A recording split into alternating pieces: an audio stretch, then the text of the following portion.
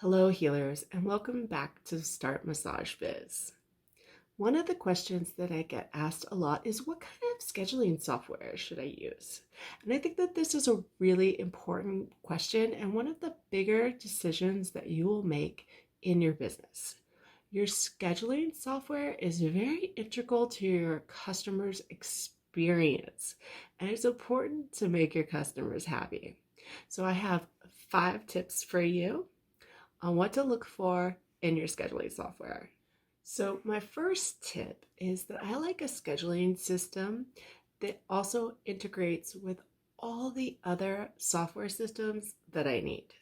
So you have your scheduling system, which basically runs your appointments, but you also have your point of sale system, also called a POS, that takes credit cards for you with payments either online or in person.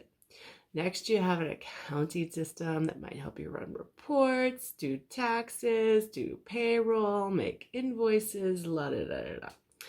And then you also have software that helps you run your website, as well as help you run email and text communications. And there's also even software that integrates with social media, right? So there's all these different softwares.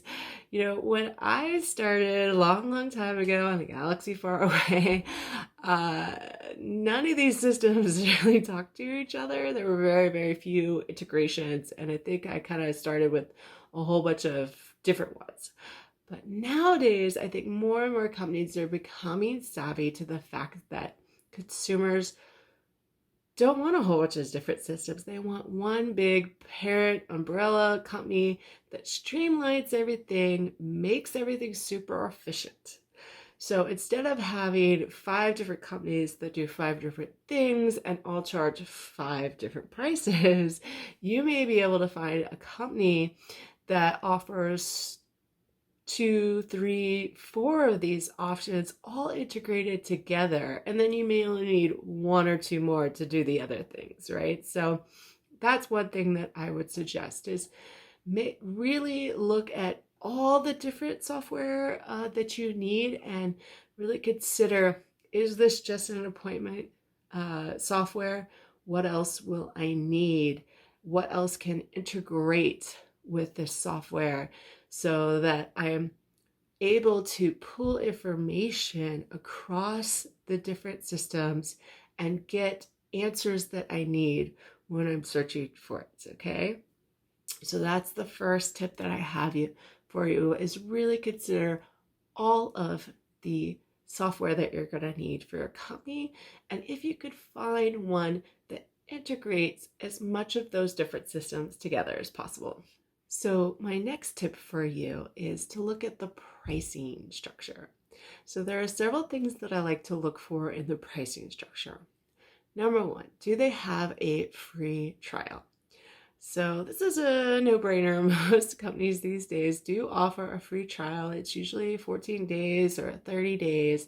And my suggestion to you is that you really take that time to examine that scheduling software, go through all the options, go through all the customizations, go through all the integrations, make sure that that's the right scheduling software for you before we have to start paying for it.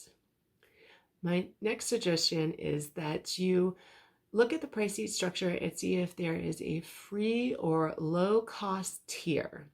So this is why this is important. Life happens. Life happens.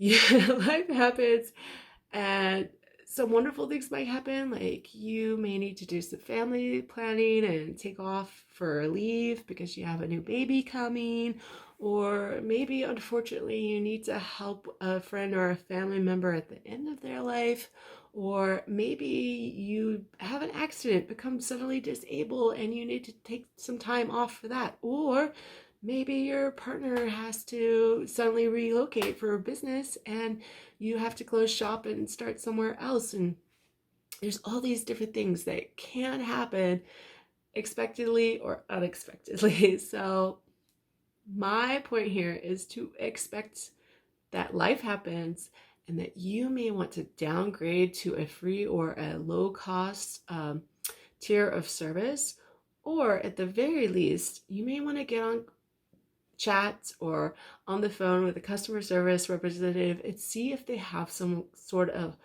account hold policy where you could pay a little bit instead of a lot of it and keep your account going even though you're not using the services. So I'll give an example from my personal life.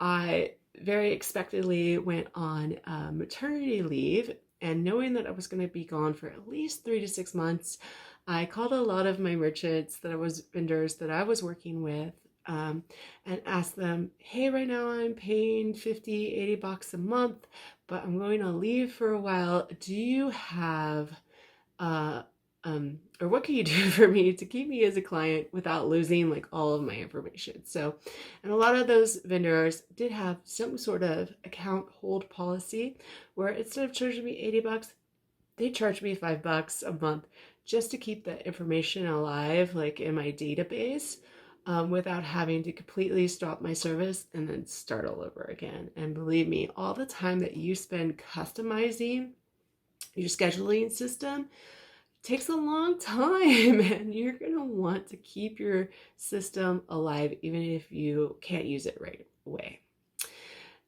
The third thing that I look for when considering price structure is, again, the idea of whole systems integration.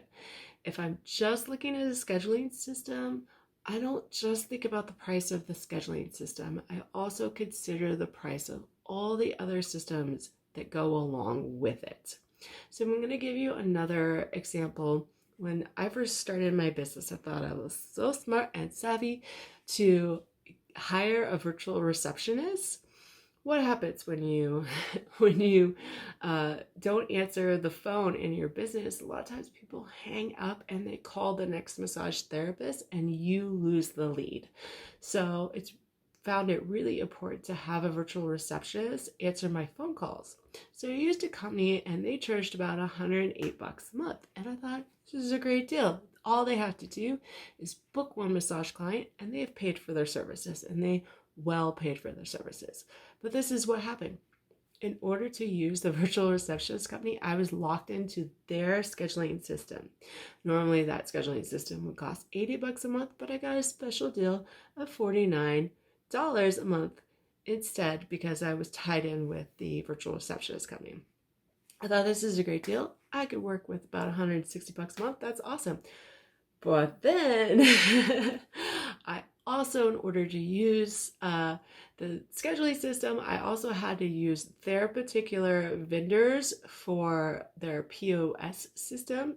I only had 2 choices of vendors that were very similar, and those vendors were really pricey. They had yearly fees, then they had monthly fees, and then they had per transaction fees on top of that, and that started getting really expensive. And I ended up using a totally different unintegrated POS system that was a lot cheaper instead. And then all of a sudden my scheduling system and my POS system were not related at all, and there was a lot of time going back and forth and trying to figure out, did that person come in service, how much did they spend, and like the information was not tied together and it didn't work very well. And then on top of that, I thought that I was going to be using the QuickBook integration for the scheduling system, which is another $10 a month. But because I wasn't really using the POS system anymore, again, lots of copy and pasting and figuring out like, how much did this person spend, and back and forth. And there was a lot of inaccuracies in just having to duplicate the information and the data entry, and just, no. And then on top of that, I'm also using a totally different website company and an email company. So what I thought was a really good deal at the time for the virtual receptionist, it ended up costing me all this money because the integration didn't really work well together and was pricey overall. So that's why I suggest that you have the free trial and you really work on those integrations and making sure that you're paying for the service that you pay for, and that there's no surprises along the way of all these other vendors and merchants that you have to work with and their fees, right? So that would be my next suggestion on your price structure is, again, don't just consider the software scheduling company, consider the whole picture, the whole shebang. So the third thing that I would consider when looking at a scheduling system is, will it grow and scale with my business? So right now, if you're a massage therapist who is a solopreneur and you're just working for yourself, you may think that this is great, just working with me for right now, but you have to think that maybe sometime in the future you'd be open to scaling. Like maybe you want to hire contractors, maybe you want to hire employees, maybe you want to create workshops or classes, and maybe you want to create a new location. There's all these possibilities for you. And I really suggest that from the beginning, you look at a scheduling software that can potentially grow with you. So, do they have the option to add other staff members? Do you have the option to add new locations or another multiple rooms, multiple people in one class, right? So, the next thing that I would look at is, how scalable is this? For instance, maybe you don't want to offer retail now, but perhaps later in the future you do. Does that scheduling system integrate with a POS system that also integrates with an inventory system? Do they offer price gun scanners? Do they offer cash register drawers? All those things. Like, what would happen if you scaled up and you needed all of that equipment? So that's the next thing that I would look for in picking a scheduling software is, can it scale and grow with your business? Okay, so the number 4 thing that I would look for in a scheduling software is customization. This is something that's been coming out more and more with new companies, is the ability to brand the look of your scheduling site. So you could add your logo, you could integrate your colors. That's really important, but even more importantly is to make sure that your communication with your clients is customizable. And most of them do that these days. So when a customer makes an appointment, it will send a confirmation email. And if you can make sure that you can add your own words to that email, have it look exactly the way that you want it to look. That's really important to your customer's experience. The 5th and final thing that I think is important in looking at scheduling software is their customer service. How do they treat you as their customer? So even if you're going through your free trial and you don't have any questions to ask customer service, make one up. Figure out something to ask them. Get on either the chat with them or talk to them over the phone, might even be more important to you. But make sure that they're responsive to you and that they solve your problem. If their customer service sucks, guess what? You're gonna have a bad experience with them as their customer, and then your customers are going to have a bad experience with you, and it's just going to be a no-win situation altogether. So that's my 5th and final tip, is make sure that their customer service makes you happy. Hope you found this information helpful. If you did, please hit that subscribe button, turn on your notification bell. My name is Jaden Rose, and I look forward to serving you.